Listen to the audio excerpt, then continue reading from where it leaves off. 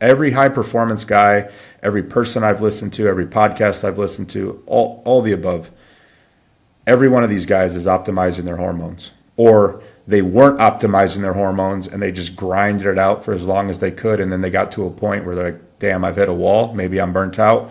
Optimize their hormones. And then they had a bunch of things that they noticed for themselves that they could then reflect on and share, that almost like proves what we're talking about here.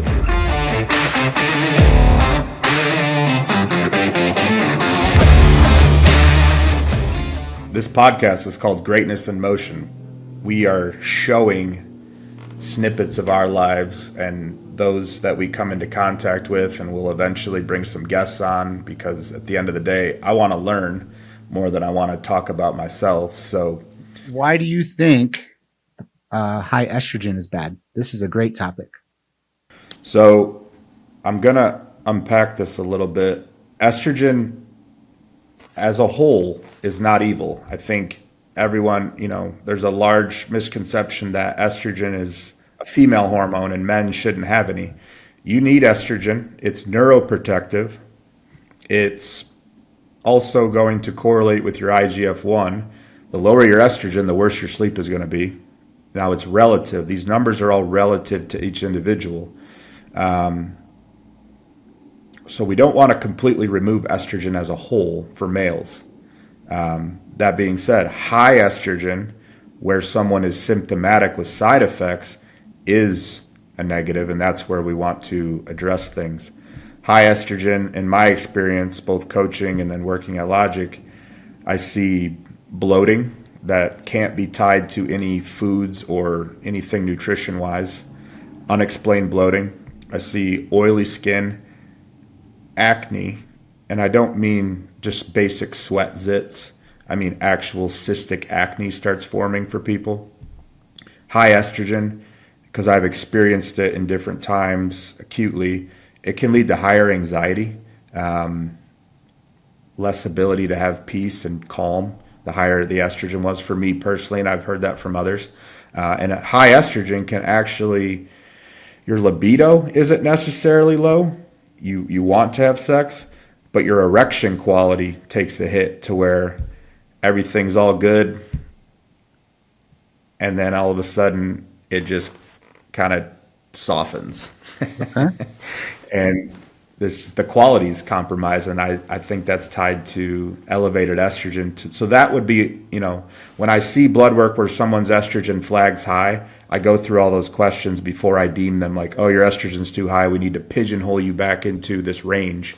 But high estrogen, if they're symptomatic, you don't want those side effects. So we need to, there's numerous different scenarios here where maybe we need to adjust your TRT dose.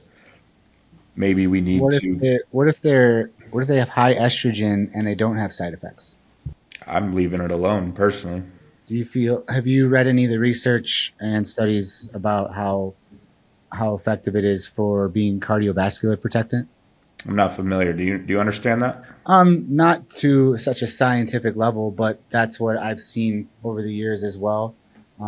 We want to make sure that overall all the hormones are good, but higher estrogen is very protected in many ways. And I haven't seen a lot of the symptoms that you're talking about, because I feel like we come from kind of two different backgrounds, right? You're in the bodybuilding world as well. I'm not saying that you're wrong whatsoever. I think you make incredible points.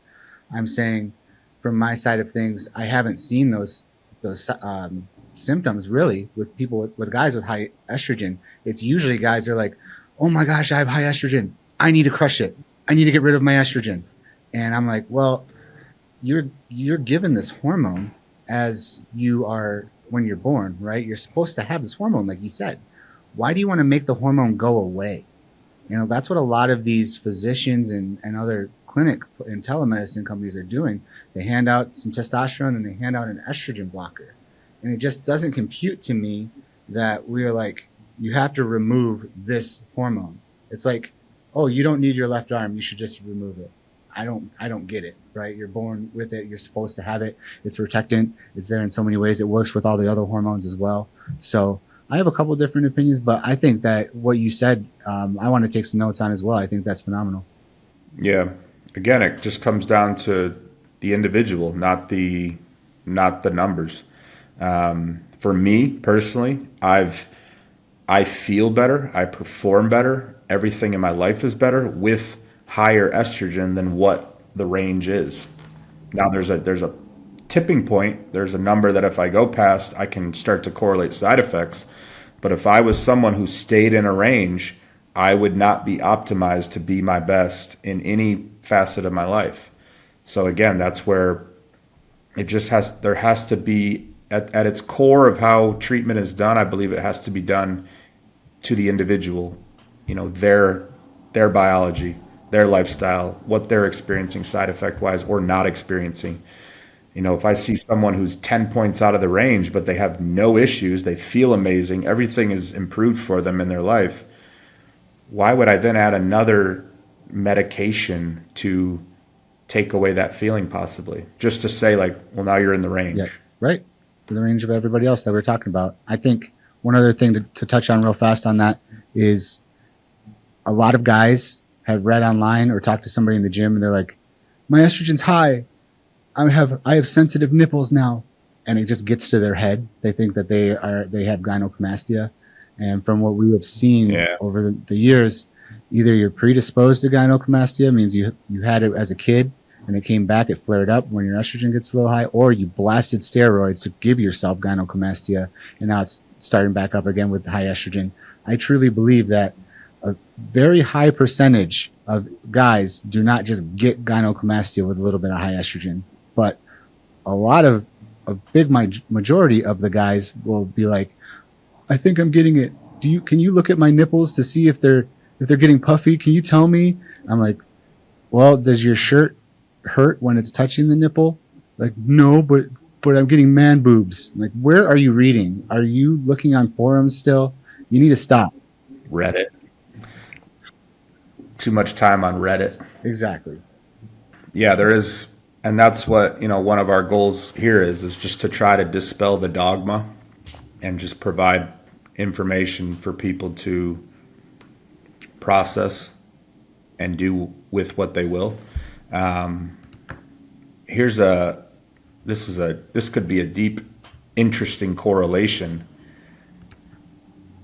Normal ranges produce average lives. Would you agree with that? Oh yeah. That should be a slogan on a shirt. We just trademarked it.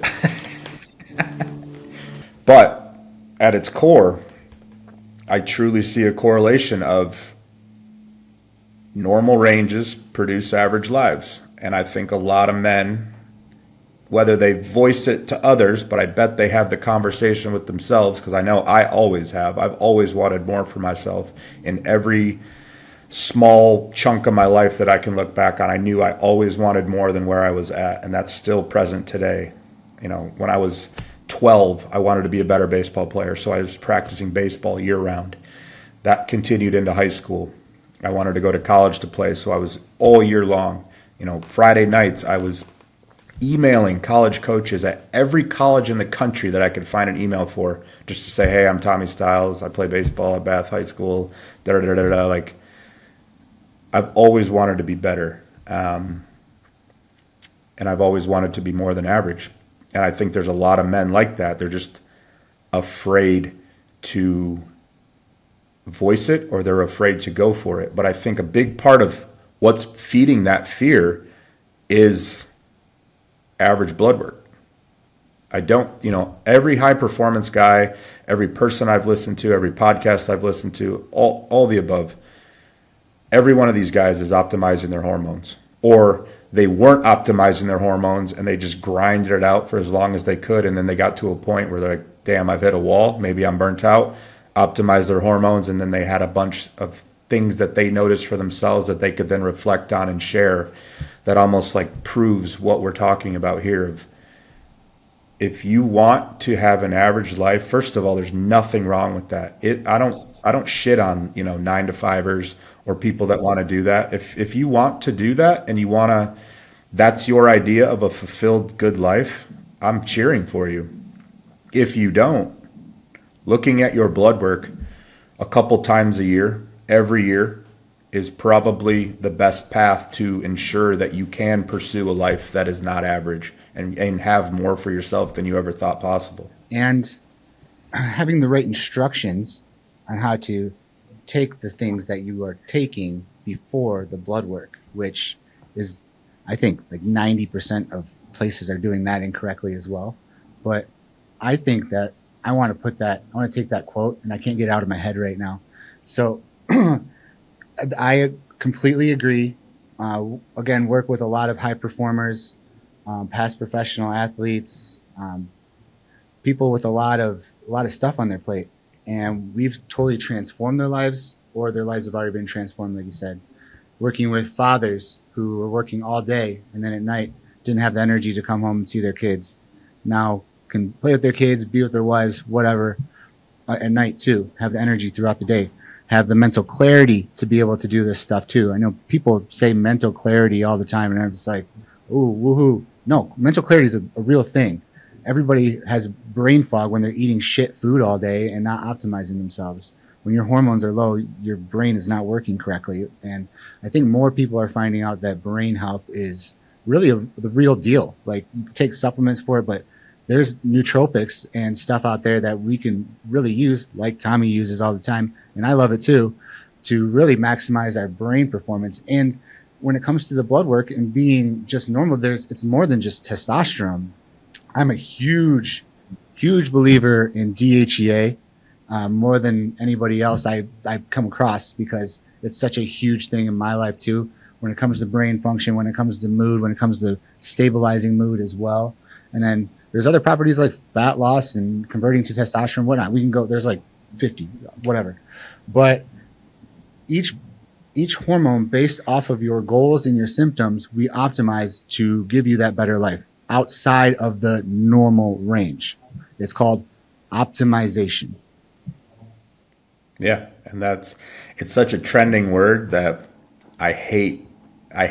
That's the only reason I hate it, but I love it in the same sense, because that's the focus of my year, is optimizing and efficiency. That's the theme of 2026 for me, is optimizing and efficiency. What do you think the basic differences are between performing and surviving? Because I think you and I have probably spent time in both camps.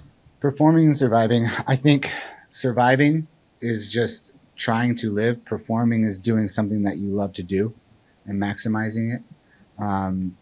I feel That's I great. have, for myself personally, the life that I have created now in the last year or two is a million times better than what I had before.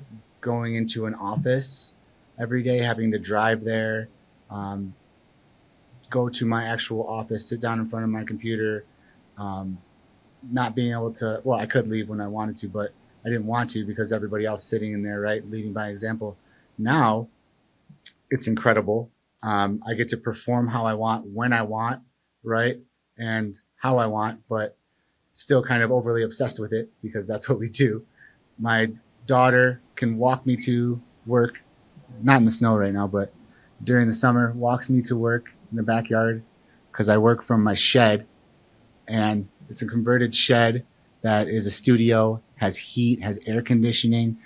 I have suite one, Elise has suite two. We're literally in the same room. We just call it that. So we have to, like, if we're on a video call, she has to slide back, and it's incredible. It's a life that I love. It's way better than being in a headquarters, but it causes me to perform even more. I love what I'm doing. The environment that I created, when before I was surviving in so many areas, and I don't want my children to feel that way either, where you're just working for the man, working for a paycheck, not loving what you're doing, living paycheck to paycheck, really having to sit there and be like, oh, I can't afford this thing that I want because I have to save up a little bit over here because I'm not making enough money. We all have the opportunity to go out there and make as much money as we want. That's what I like to have for everybody that I'm working with as well. Just keep providing those opportunities, right?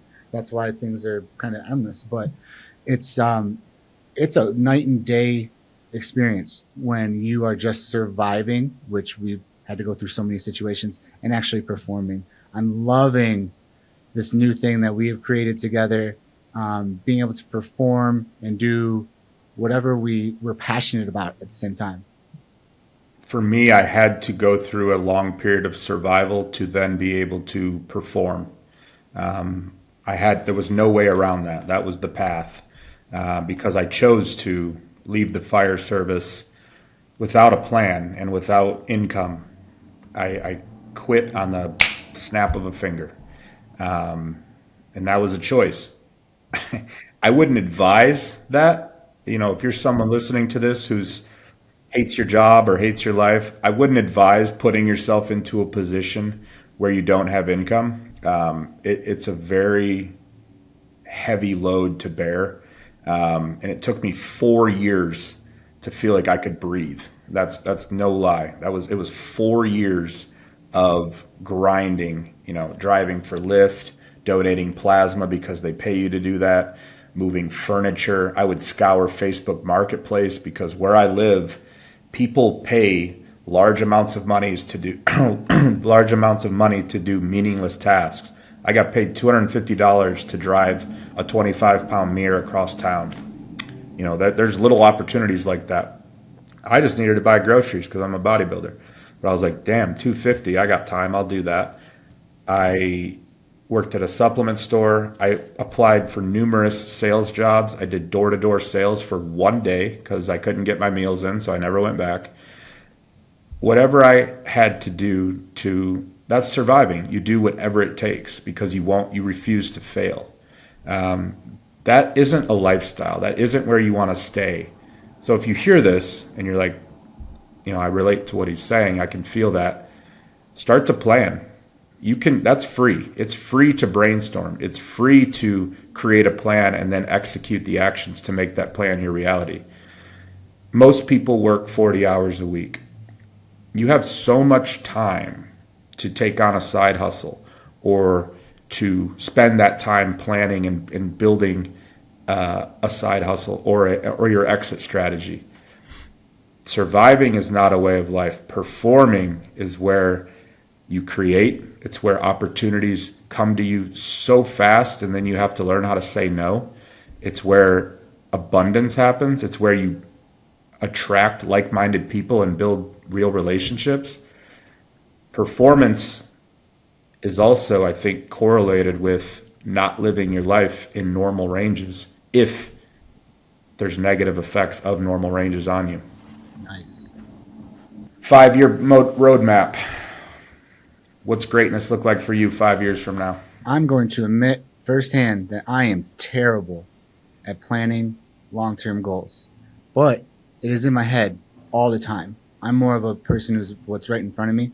Now, I was able to create a big goal for our company, and I don't know if you want to go over that, but we can, or keep it in the company. But my long-term goal in the next couple of years, I want to move my family out west. I want to kind of have a compound, if you will.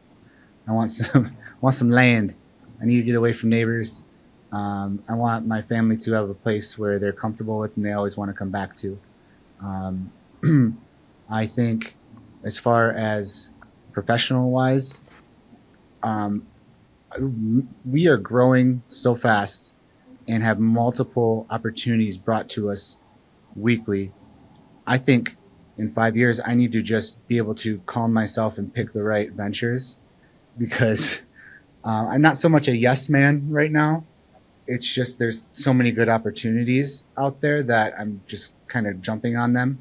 And I need to be a little bit more selfish for myself because I always think about other people too. Like, how can I help this person? How can I help this person? And I need to think about me and my family and my wife. I really want to get time back with my family. My daughter's already 4. I tell you, man, these Instagram videos of like the dad Instagram videos where they talk about how like there's an older dad and everything he wants would be everything that he would want back would be time with them.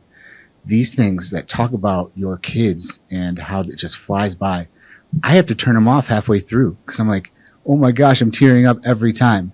And as a dad, you're like, that hits so hard because I'm literally working so much and I plan my time with my kids, and I'm like, that's flying by. My daughter just turned 4 on Sunday.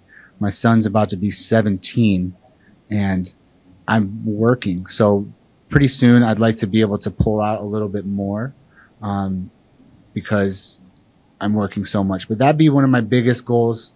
And then hopefully having just a lot, like I said, I think it's just a lot more time. And that's so cliche to say right now because it's so simple, but that's what I think about all the time.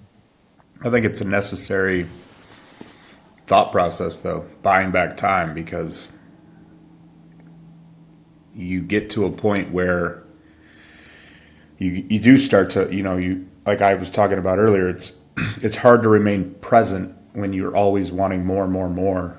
You forget to almost stop and just take a breath, look around, and realize what you've built and what you have.